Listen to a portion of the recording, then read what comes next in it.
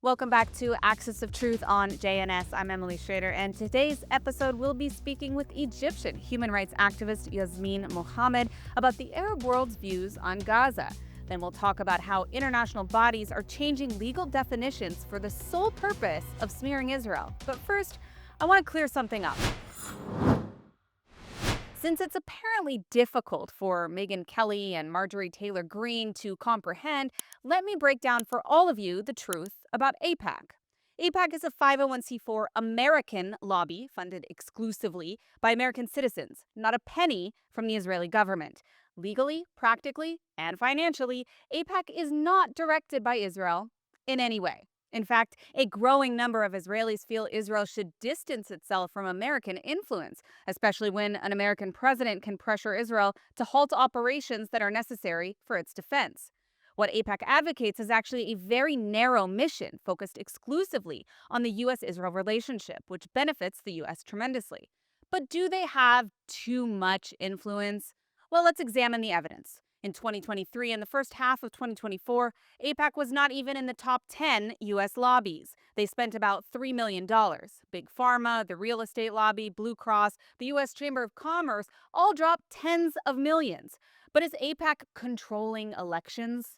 First off, everything they do is legal. So if there's a problem with the structure of the law, then that's an issue for the justice system, not for AIPAC. But the idea that an American citizen can't spend their own private money in order to form a lobby or an organization that advocates specific policies is insane and undemocratic in and of itself. The truth is, AIPAC's PAC did spend $2.57 million on federal candidates in 2023 to 2024, and United Democracy Project, which is a super PAC affiliated with AIPAC, also spent $61 million, which sounds like a lot, right? Well, not when you look at the total spend of other American lobbies. The National Association of Realtors spent more than $140 million total. Big Pharma, $120 million. Blue Cross, $100 million. U.S. Chamber of Commerce, well over $100 million. And foreign lobbies? Even more sinister. Well, PR firms hired by Saudi Arabia, Qatar, Turkey, or other states have to register under the Foreign Agent Registration Act. They have far more influence using soft power. China spent $40 million in direct lobbying. Saudi Arabia, $15 to $20 million, and Qatar spent $12 to $15 million last year. Already more than AIPAC. But unlike AIPAC, which is both domestic and transparent, Qatar, for example, has an entire global propaganda agency classified as news, Al Jazeera. They also invested billions into American academic institutions. They bought major American media and public figures from right to left, and they fund think tanks and indirect PACs that influence American elections and politicians. But let's go deeper. Is the mission of AIPAC itself problematic? I mean, why should any American funds go to Israel, right? Well, it's not. Not really. U.S. foreign military financing requires the receiver to buy U.S. equipment, services, and training. According to 2022 U.S. government data, 99.7% of the foreign aid to Israel, the $3.3 billion, is reinvested in the American economy. Furthermore, U.S. Department of Defense studies estimate the U.S.-Israel aid relationship sustains between 57,000 to 76,000 American jobs every year, with some estimates pushing closer to 100,000. Joint projects like Iron Dome, David Sling, and Arrow missile defense systems are also co-developed with U.S. defense contractors, meaning U.S. forces benefit from Israeli battlefield innovations. But that's not all that America gains. Israel is a strategic asset whose presence actually reduces U.S. need to deploy forces in the Middle East. It provides U.S. with joint counterterror and cyber intelligence that saves American lives. And finally, for better or for worse, the American aid package gives political and diplomatic leverage to the United States over Israel, meaning that the United States has the ability to pressure Israel into making decisions that are in the strategic interest of the United States. For this reason alone, it should be obvious why AIPAC is not a lobby of the Israeli government, but rather an American lobby acting for American interests. The aid package isn't charity. It's a jobs program for tens of thousands of Americans. It's a tech accelerator for U.S. military, and it's a force multiplier for U.S. security in the Middle East. And of course, a tool of diplomatic leverage. And now for our headlines. The IPC's declaration of famine in Gaza is a blatant perversion of international standards, lowering its own thresholds for the sole purpose of smearing Israel. Instead of this historic 30% benchmark for acute malnutrition based on reliable weight and height data, the IPC invented a totally new rule using a crude arm measurement at just 15%. Even then, most Gaza regions do not meet this bar, and the full data released in August showed malnutrition rates well below the famine threshold. Death rates, too, were far under IPC's own criteria. But when you change the legal definition of words, who cares, am I right? Meanwhile, aid has been entering over 10,000 trucks since May, and food prices in Gaza are plummeting as supply improves. Yet the IPC ignored these facts to push a political outcome. Even more damning, Gazans themselves are speaking out. Civilians have testified that Hamas loots and resells aid, taxes them into starvation, and lives in comfort while ordinary people of Gaza suffer. Many in Gaza are now publicly saying that they want Hamas removed from power, blaming them, not Israel, for their misery. Rather than report these truths or question how a UN-backed body is rewriting its own scientific standards, major media continue to peddle fake images and lies. Most recently, the Daily Mirror splashed a photo of a sick toddler on the front page as proof of starvation, when in fact he suffers from a rare genetic disorder, Fanconi syndrome, something confirmed by his medical records. When international institutions corrupt their mandates to target Israel, it doesn't just endanger Jews. It undermines the integrity of humanitarian law for the entire world. Well, the so-called People's Conference for Palestine is scheduled to take place this weekend in Detroit, and it's being billed as a major gathering of activists. But in reality, it's a platform for terrorists and their supporters. This shameful event invited known terrorists to address the public and to advocate for hate and violence. The speakers included Hussam Hashin, just released after 27 years in Israeli prison for attempted murder and conspiracy, and Omar Assaf, a former member of the Democratic Front for the Liberation of Palestine, DFLP, a group noted for its terrorism who also took part, according to what they claimed, on the October 7th massacres. At the same time, Senator Tom Cotton has called on the IRS to investigate this Palestinian youth movement, an organization with ties to Hamas and other terror groups, for illegal tax-exempt support. PYM is accused of receiving funding via Honor the Earth, a 501c3 charity, while advocating anti-Semitic violence and even releasing maggots into a hotel room where Israeli leaders were staying in America. Such organizations operate in total opposition to U.S. law. Their presence on U.S. soil is completely intolerable, whether they put on disguises as activists or speakers. They promote terror, and they must not be allowed a platform in the United States. Thank God the U.S. State Department is intervening, according to recent reports, to block visas for these individuals.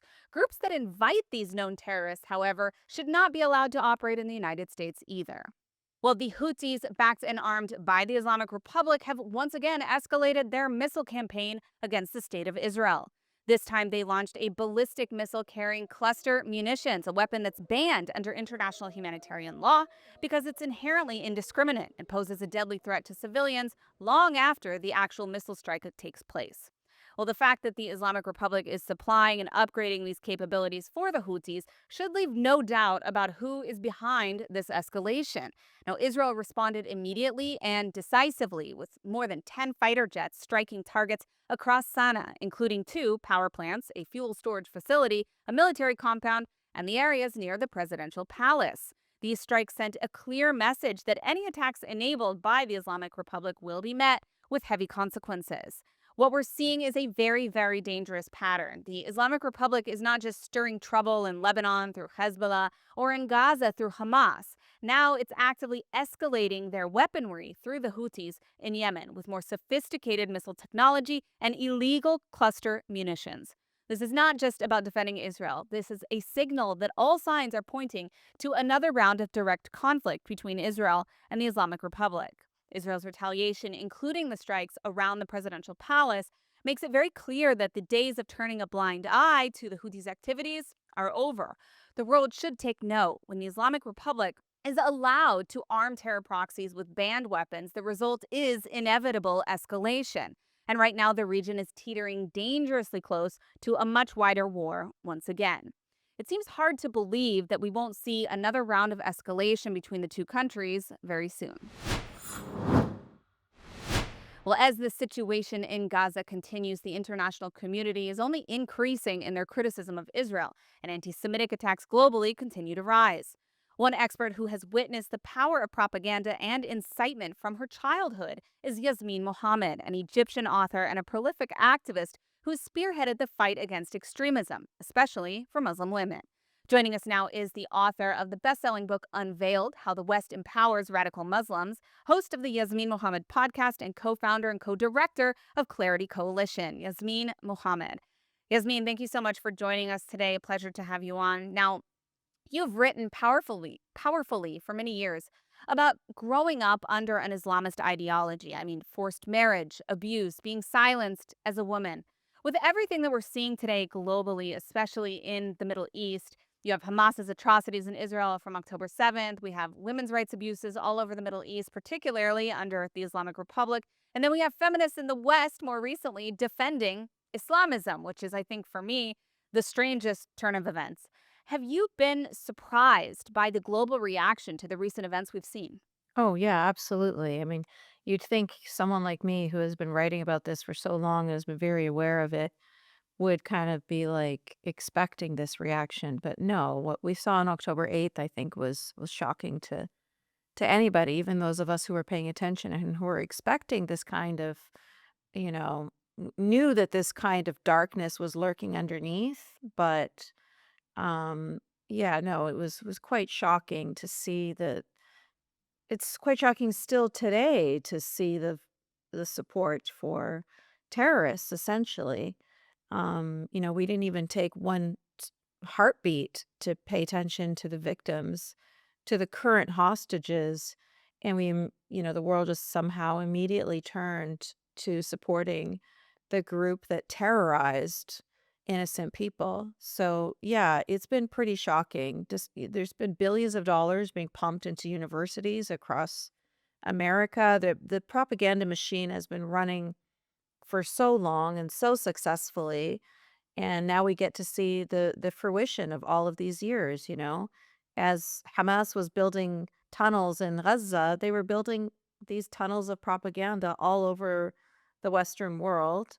Meanwhile, Israel was doing what, right? Leading the world in technology and medicine and, all sorts of fields. They weren't busy with this kind of propaganda. And so now we are so behind as we're trying to, as you're trying to do with this show, bring the truth forward when the waters have been so muddied with lies for so long. Now, you've written about your experience growing up in Egypt and the propaganda, the indoctrination, not just in relation to Jews or Israel, but in general, the entire worldview, an Islamist worldview. How do you see that being echoed today in the way that people are speaking about these atrocities taking place, the way that people are responding to the events that we see around the world, but particularly in the Middle East? Well, the Islamist ideology is a very simple one: spread Islam across the globe. How you do that is entirely up to you. Some people choose to do that through diplomatic means. Some people try to do that through what is now being called love jihad, through conversion. And some people choose to do it through straight up jihad, like the Charlie Hebdo or the Ariana Grande concert being bombed, or October 7th, or 9/11. Right? There's all sorts of different methods. Um, what's really unfortunate to see is that there is a support of this from people who are not even necessarily Muslim or who believe in Islam, but they agree on the anti-West part of it. So the Islamist ideology is it's a tangled up knot where the belief is both pro-Islam and anti-West simultaneously. And there are a lot of people who agree with the anti-West part, and then they just sort of ignore the pro-Muslim part, the pro-Islam part. So you'll see that with the gays for Hamas, or those kinds of people, the queers for Palestine. So what they're doing there is they're like, yeah, yeah, yeah, we want to dismantle Western civilization. We want to bring down democracy and capitalism and all that stuff. And we'll just ignore the fact that they want us dead for who we are, right? Like they're being very short-sighted.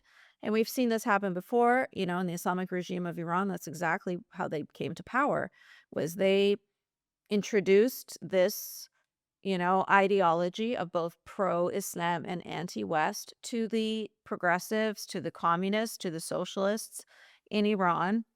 And they jumped on it. They were like, "Yeah, that's great. We agree with the anti-West part, and we'll be able to tame the pro-Islam part."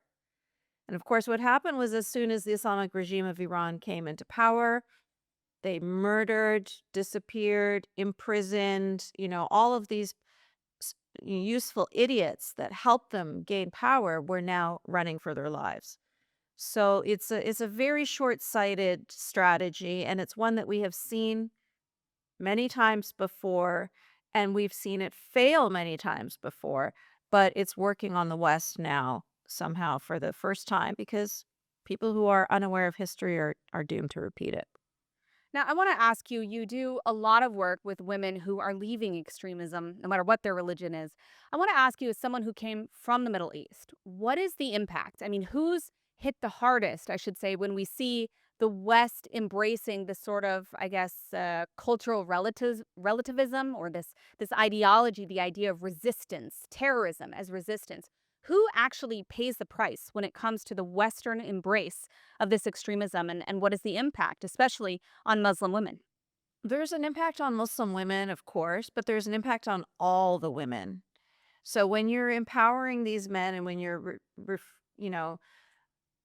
too afraid to call out what is going on, and people are come up with all of these euphemisms, or straight up lies, because they want to protect these aggressors.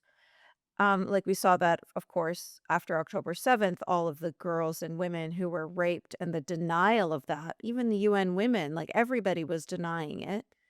And it took still today, I was just at a feminist, retreat where there was one of the speakers speaking about how she has been deplatformed and, dealing with all sorts of consequences because she dares to speak the truth about what happened to Jewish women on that day, even though we have so much evidence. The exact same thing happened to women across the UK with the Pakistani rape gangs, exact same scenario where there was so much evidence, there were so many women coming forward, so many girls telling their stories. But those who were trying to protect these girls or those who were trying to expose the truth were the ones that were demonized. They were the ones that were losing their jobs, whether it be journalists, politicians, even rape crisis center founders and leaders. They were losing their whole entire organizations. It was just protect these aggressors by any means necessary, and all of the people that were trying to protect the actual victims were the ones who were demonized. So it's a real, contortion of reality. So it's always the women that are being hurt. And I could go on and on. I mean, Christian women in Nigeria, Hindu women in Pakistan. This is not a new strategy. Look at ISIS and what they did with the Yazidi women. This goes all the way back to what the Prophet Muhammad did, when he was killing entire tribes of Jewish people like Khaybar, which some might be aware of. So this is a strategy that just continues, continues, continues, continues. But what is shocking to me is how many supposedly rational minded, humanist, sometimes, liberal thinkers, open minded feminists are, on the complete opposite wrong side of this situation. That's what's shocking to me is how we have been so trained to never criticize Islam, never criticize Muslims to the point that we're allowing extremist, aggressive, rapist Muslims to have our daughters in the streets of the West, and we won't say anything in response because that would be Islamophobic. Now, what do you think that Western governments could or should be doing differently to counter the Muslim Brotherhood's influence instead of treating it like, merely a political movement or a political party? Or do you think they should do nothing? No, I think they absolutely should deem them a terrorist organization. They should follow the lead of the Arab nations.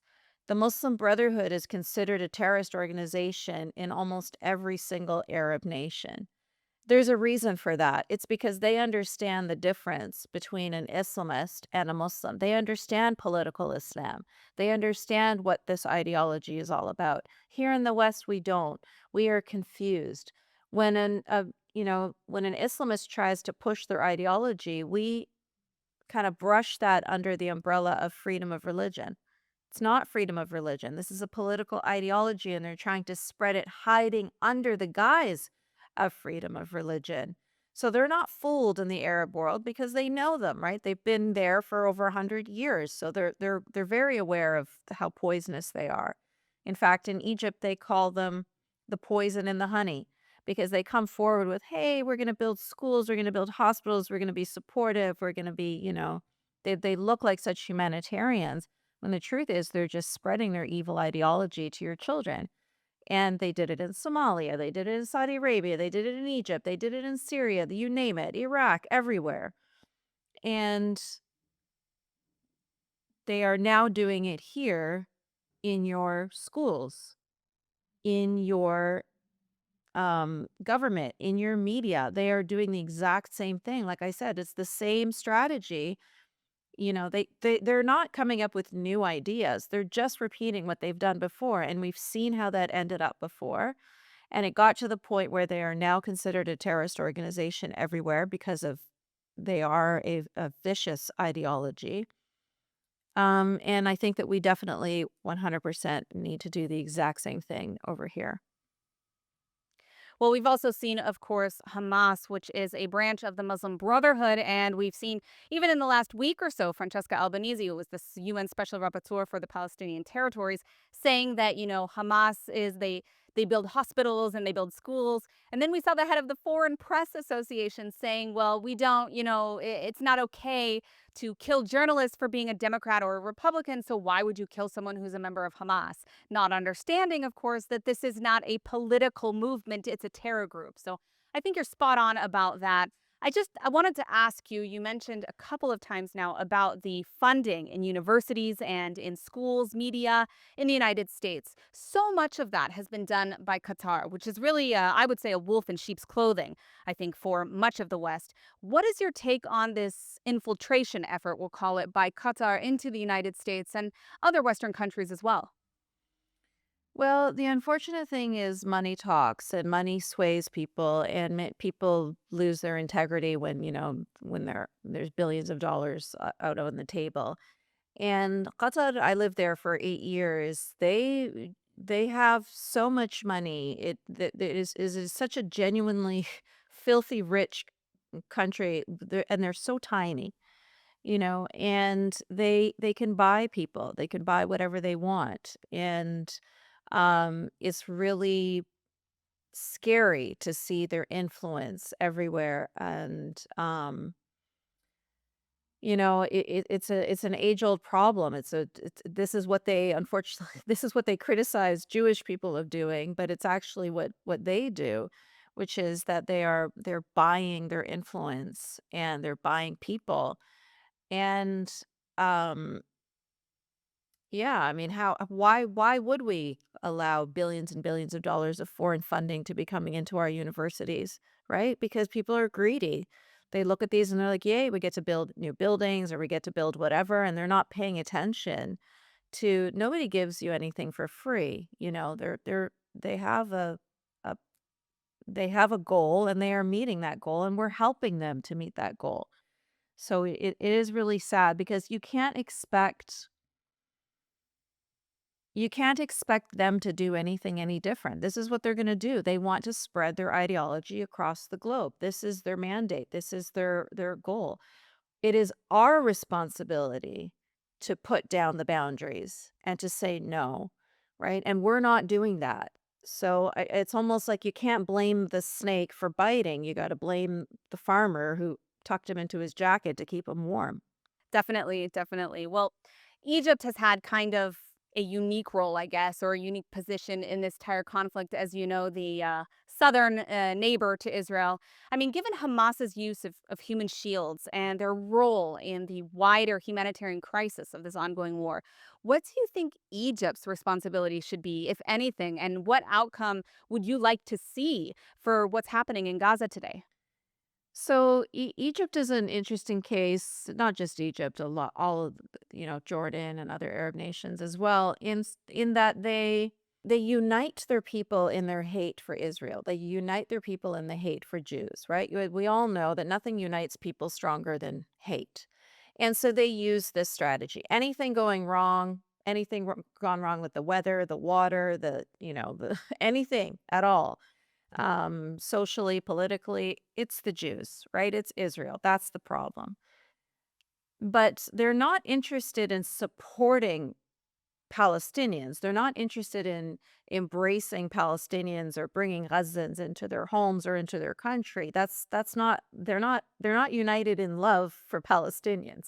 They're united in hate for Jews and Israelis.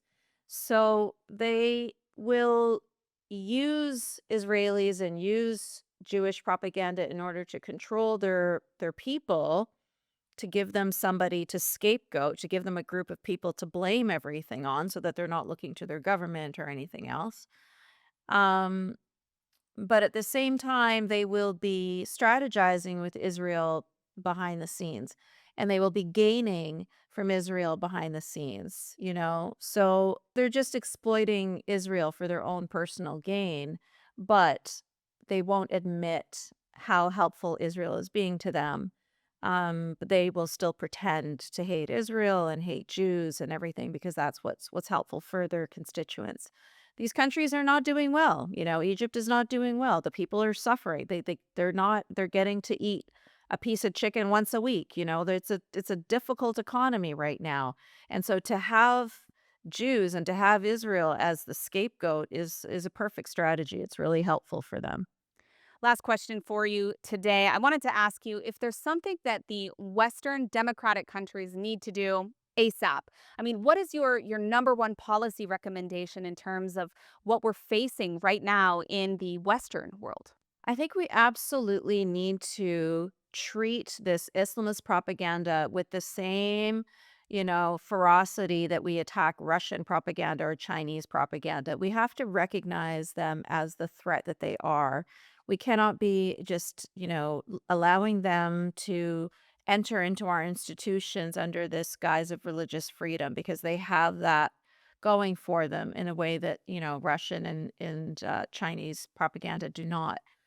But it is very dangerous, it's very scary, it's, it's so underestimated. It's this combination of both arrogance and ignorance that we have here in the West, and they look at these Islamist groups, they look at these terrorist groups, and they think, "Ah, they're just a bunch of idiots with living in caves in Afghanistan or whatever." They're not they're no, look at October 7th. Look at September 11th. You should not be underestimating these groups of people. The Islamic regime of Iran, I think, is the first domino that has to fall.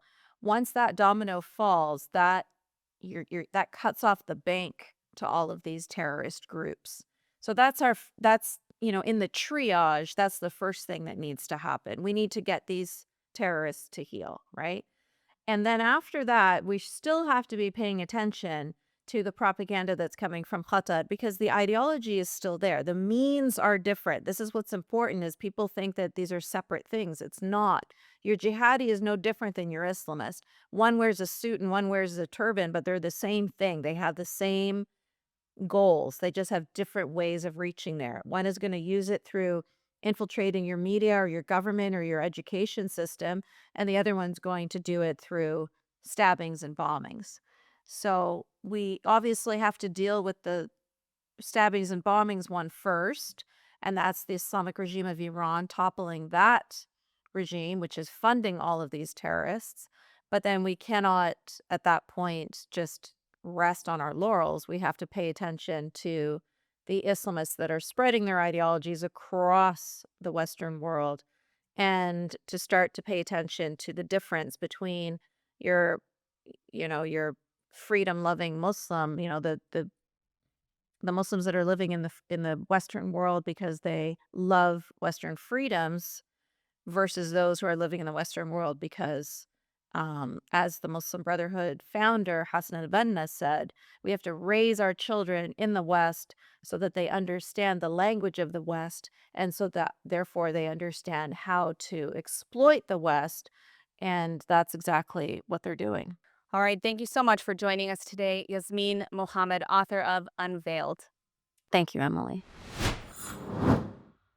And now for our weekly roundup, the good, the bad, and the ugly. First things first, we have the Iran protests. The good story, as always, this week, the people of Shiraz took to the streets for protests against the Islamic Republic of Iran over the repeated power outages and lack of water.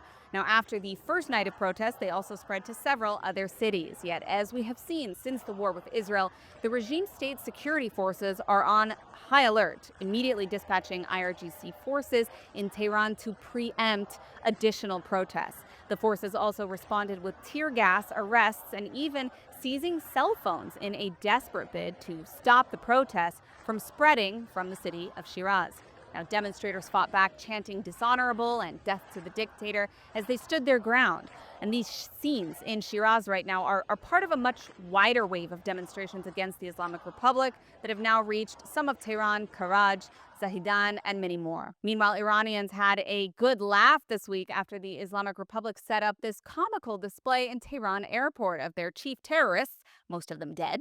How nice of them to glorify Israel's success in assassinations. They even threw in a few future assassinations. And now for our bad story, we have the senior Lebanese army officer who helped Hezbollah cover up the 2022 killing of an Irish UN peacekeeper, Sean Rooney. The gunman was convicted in absentia and is believed to be hiding safely under the protection of, wait for it, the Islamic Republic of Iran. A collusion in the face of Ireland. And yet, where is Ireland's outrage? Where is the relentless demand for justice for their own citizen? Instead, Ireland has spent 22 months obsessed with bashing Israel. Even Lebanon is committed to enforcing UN Resolution 1701 and is making efforts to disarm the Islamic regime proxy, destroying Lebanon. But Ireland, they have no problem with their own citizens being killed by terrorists. After all, it wasn't Israel, right? And finally, our ugly story, and it is an ugly story indeed. Even after 21,000 arrests in Iran, that's not enough oppression for the Islamic regime, which has already executed more than 160 people this month. The regime also has a lengthy history of oppressing the Baha'i community brutally, and now the community is facing another crackdown. In Isfahan, the regime has started seizing homes and assets from members of the Baha'i community, often targeting women specifically through text message notifications. This unprecedented form of economic strangulation amounts to state sanctioned religious persecution. Victims are often caught off guard, removed from their homes without due process, of course, and the brutal oppression that they're facing highlights the ongoing violation against minorities by the Islamic regime. Well, that's a wrap for this week on Axis of Truth. Of course, we'll be back next week with more discussions and stories from the Middle East to the West. I'm Emily Schrader. Be sure to follow me on social media, Emily K. Schrader, or Emily in Tel Aviv. And thank you for watching. See you next week on Axis of Truth, only on JNS.